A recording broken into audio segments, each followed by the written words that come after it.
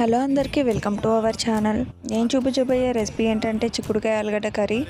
అందరికీ రాదని కాదండి, కానీ రాని వాళ్ళు కూడా ఇలా ఈజీ అండ్ సింపుల్ ప్రాసెస్లో ఎలా చేసుకోవాలో ప్రాసెస్ అయితే చూపిస్తున్నాను. ముందుగా స్టవ్ అయితే వెలిగించుకొని కడాయి పెట్టుకొని 3 to 4 స్పూన్స్ అయితే ఆయిల్ వేసుకొని ఆయిల్ హీట్ అయ్యాక జీలకర్ర, ఆవాలు, ఇంకా కరివేపాకు, చిక్కుడుకాయ, 2 పచ్చిమిరపకాయలను అయితే ఆఫ్ చేసి మళ్ళీ వాటిని ఆఫ్ చేసి వేసుకోవాలి. ఆలుగడ్డలు కూడా వేసుకొని బాగా కలుపుకొని ఒక 5 minutes వరకు అయితే మూత పెట్టుకోవాలి. మూత తీసిన తర్వాత 1 స్పూన్ పసుపు, స్పూన్ చిన్నగా ఉన్నందుకు అల్లం వెల్లుల్లి పేస్ట్ 2 times వేసాను. మీరు పెద్దగా ఉంటే 1 స్పూన్ వేసుకొని టమాటాలు కూడా వేసుకొని రుచికి తగ్గట్టు ఉప్పు వేసుకొని మళ్ళీ మూత పెట్టుకోవాలి ఒక 2 minutes వరకు. మూత తీసిన తర్వాతకి టమాటాలు అనేది ఇలా మంచిగా ఉడికిపోతాయి. ఇప్పుడు రుచికి తగ్గట్టు కారం వేసుకొని కొద్దిగా వాటర్ అయితే వేసుకొని బాగా కలుపుకొని ఒక 2 minutes వరకు అయితే మూత పెట్టుకోవాలి.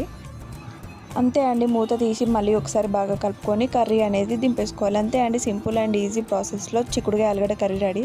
వీడియో నచ్చితే subscribe please. Thanks for watching.